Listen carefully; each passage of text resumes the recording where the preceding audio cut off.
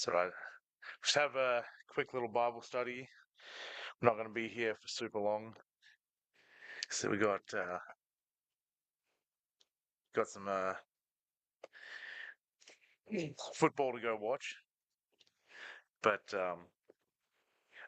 just um, being the NFC Championship game this afternoon, and the fact that Seattle's playing, and I know a few of you know I was like really getting into football and really being proud of the Seahawks this season because they've done really well. Um, I was doing some research and I was kind of inspired. And trust me, there is a spiritual analogy to go with it, a little example. So it's not all about football. But at the start of this season, and like I was guilty of this as well. At the start of the season, like I remember talking to my boss, going, "Yeah, like I don't know if the Seahawks are going to do that good this year because they're rebuilding and trying to figure things out." So I didn't have a whole lot of hope that we were going to do good this year, like because last year we got like 10 wins and like 4 or 5 losses. So okay, not that great, kind of what I was expecting, but this year something magic happened because now we're playing for the conference championship, and very well could go on to the Super Bowl, which is quite amazing. But if you look at um, Sam Darnold, our quarterback, um, in 8 years in the NFL, he's played for 5 different teams. Um, he was drafted to the New York Jets 2018 to 2020. Then got traded to the Carolina Panthers for 21-22 season. Then he got traded to the 49ers for 2023, where he was the backup quarterback for under Brock Purdy.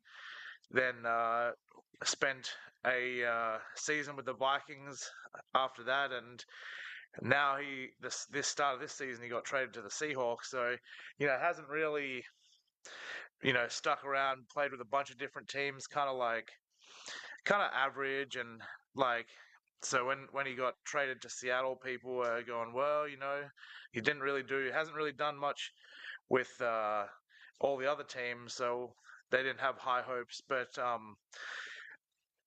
what happened in Seattle is he got put with a team and a head coach that understood his skills and his strengths and was able to build a team around that.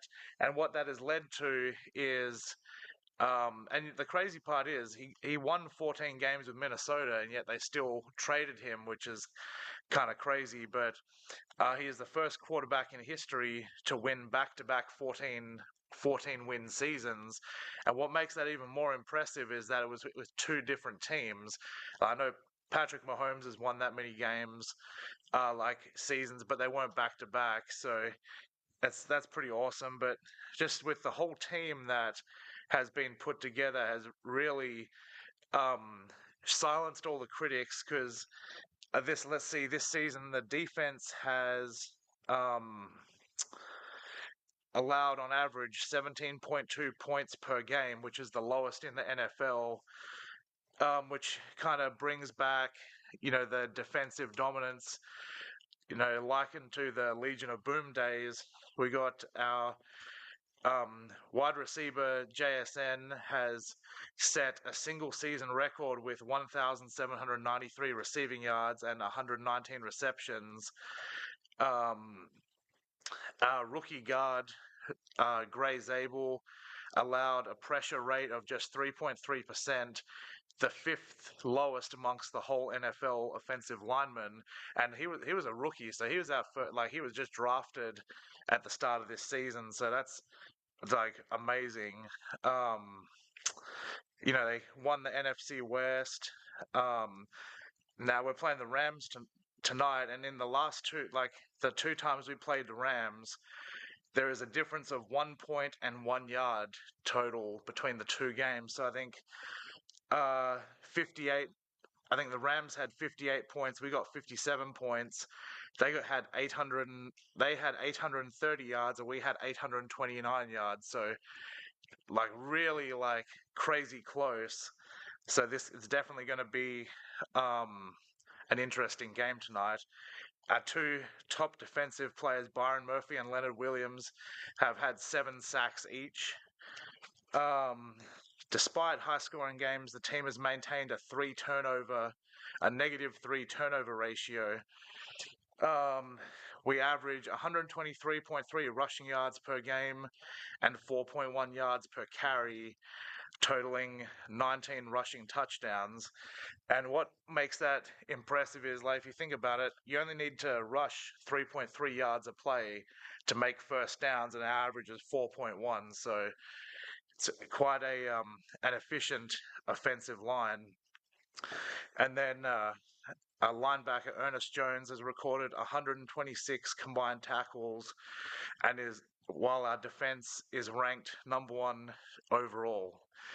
And the other amazing stat as well is our defense is the highest scoring defense in the league. And when you think about that, the defense isn't there to score points, but ours is the highest scoring. So what started as a really um, underrated and kind of everyone kind of just passed us up, and we've turned out to be one of the most formidable teams in the league, and also the defense that no one wants to play against.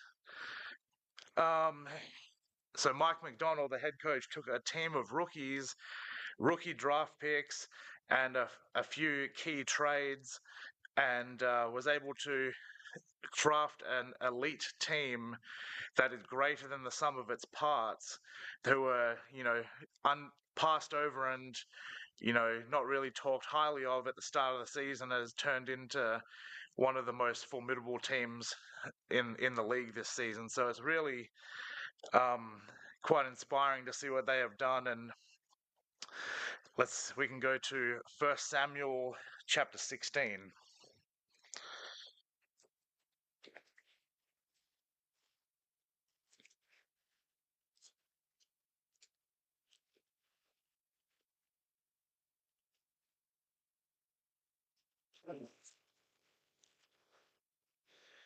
First Samuel chapter 16, we'll start in verse 6. So it was when let's see. So it was when they came that he looked at Eliab and said, "Surely the Lord's anointed is before him." But the Lord said to Samuel, "Do not look at his appearance or at his physical stature, because I have refused him. For the Lord does not see as man sees, for man looks at the outward appearance, but the Lord looks at the heart." So Jesse called Abinadab and made him pass before Samuel, and he said, "Neither has the Lord chosen this one." Then Jesse made Shammah pass by, and he said, "Neither has the Lord chosen this one." Thus Jesse made 7 of his sons pass before Samuel, and Samuel said to Jesse, "The Lord has not chosen these." And Samuel said to Jesse, "Are all the young men here?" Then he said, "There remains yet um, the youngest, and there he is, keeping the sheep." And Samuel said to Jesse, "Send and bring him, for we will not sit down till he comes here." So Jesse is his one of his sons is being chosen as the Lord's anointed, and Samuel is looking at all of them. And David was kind of the smallest, youngest. He wasn't even considered. He was told to go mind the sheep while kind of all the other brothers talk. So he wasn't even considered to be chosen yet. Yet he was. And carry on in verse 12. So he sent and brought him in. Now he was ruddy, with bright eyes, and good looking. And the Lord said, "Arise, anoint him, for this is the one." Then Samuel took the horn of oil and anointed him in the midst of his brothers, and the Spirit of the Lord came upon David from that day forward. So Samuel arose and went to Ramah. So we have, out of all the brothers, the Lord chose David, who is the youngest and the scrawniest. And he wasn't even considered. He was told to go mind the sheep, but yet the Lord had big plans for him. Like, he was chosen. So, and then And that's kind of like, kind of like us. We're not, the Lord called and chose us, not because of our exceptional abilities or good looks or any physical qualities that he had. It was that the Lord called us because he knew what was in our hearts, and he's not looking at our outward appearance. He wanted to bless us and work a miracle through us. Let's and that God uh, had called David a man after his own heart. That's in Acts 13:22. And we all can read the story. He went on to fight the Philistines as a young man and defeat Goliath, and the Lord was able to work through him like miracles that were beyond his capabilities as a person. But he was chosen, and he followed God. And despite the mistakes he made, like he was still human, just like the rest of us. We all make mistakes, but the important thing is to have humility and accept the Lord's correction, because at the end of the day, the Lord doesn't want us to be perfect. He just wants us to love him and to follow him. And David uh, took his chastisement for his mistakes that he made, and he still loved the Lord anyway, and the Lord still loved him. Kind of like Sam Darnold, like he throws interceptions and stuff, but at the end of the day, with the team still backs him, and they still get out and play football. And it's just having the support of the brothers and sisters around us. We're all part of the body of Christ. We all have our jobs to do. Um, all of us are essential to be here. Like there isn't the body of Christ if there's no one in the body. So we just have to remember that the Lord loves us despite our mistakes, and it's what's on the inside that counts, not what we physically can bring. What there's nothing that we do; it's all what the Lord does through us. Just like to leave those thoughts there.